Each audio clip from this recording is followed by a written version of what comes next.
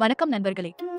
இன்று நாம் பார்க்க போகும் ஆலயம் காஞ்சிபுரத்தில் உள்ள மிகவும் அரிய மற்றும் ஆன்மீக சிறப்பு மிக்க அருள்மிகு பச்சைவனர் பவளவன்னர் திருக்கோயில். இந்த ஆலயத்தில் ஒரே பெருமாள் ஏன் 2 வண்ணங்களில் அருள் பாலிக்கிறார்? பச்சை நிறம் எதை குறிக்கிறது? பவள சிவப்பு நிறத்தின் பின்னால் என்ன ரகசியம்? இந்த ஆலயம் எப்படி உருவானது? இங்கு வழிபட்டால் என்ன பலன்கள் கிடைக்கும்? இந்த கேள்விகளுக்கான பதில்களை முழுமையாக இந்த வீடியோவில் பார்க்கலாம்.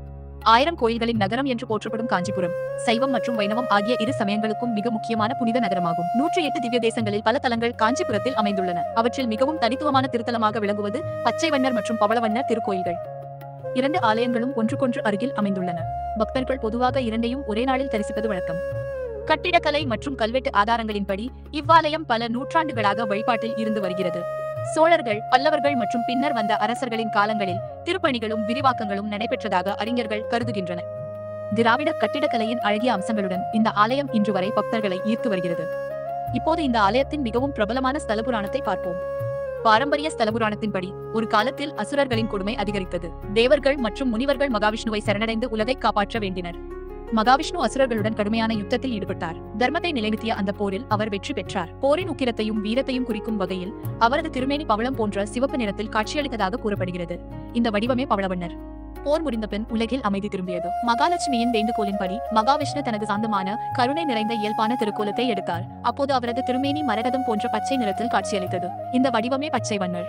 அதனால் இந்த 2 ஆலயங்களும் ஒரே பரம்பொருளின் 2 தெய்வீக அம்சங்களை நிறுவுகின்றன. தர்மத்திற்காக வீரமாக நிற்பதும் உலகை கருணையுடன் காப்பதும். இந்த 2 நிறங்களின் தத்துவம். பச்சை நிறம் என்பது அமைதி, வளம், கருணை, நம்பிக்கை மற்றும் பாதுகாப்பை குறிக்கிறது. பவள சிவப்பு நிறம் என்பது வீரம், சக்தி, தைரியம் மற்றும் தர்மத்தை நிலைநிறுத்தும் உறுதியை குறிக்கிறது. வாழ்க்கையில் எப்போது கருணையுடன் இருக்க வேண்டும், எப்போது அநீதிக்கு எதிராக தைரியமாக நிற்க வேண்டும் என்பதையே இந்த 2 திருக்கோலங்களும் நமக்கு கற்பிக்கின்றன. ஆலய சிறப்புகள். இங்கு பெருமாள் அரிய திருக்கோலத்தில் பக்தர்களுக்கு அருள் பாலிக்கிறார்.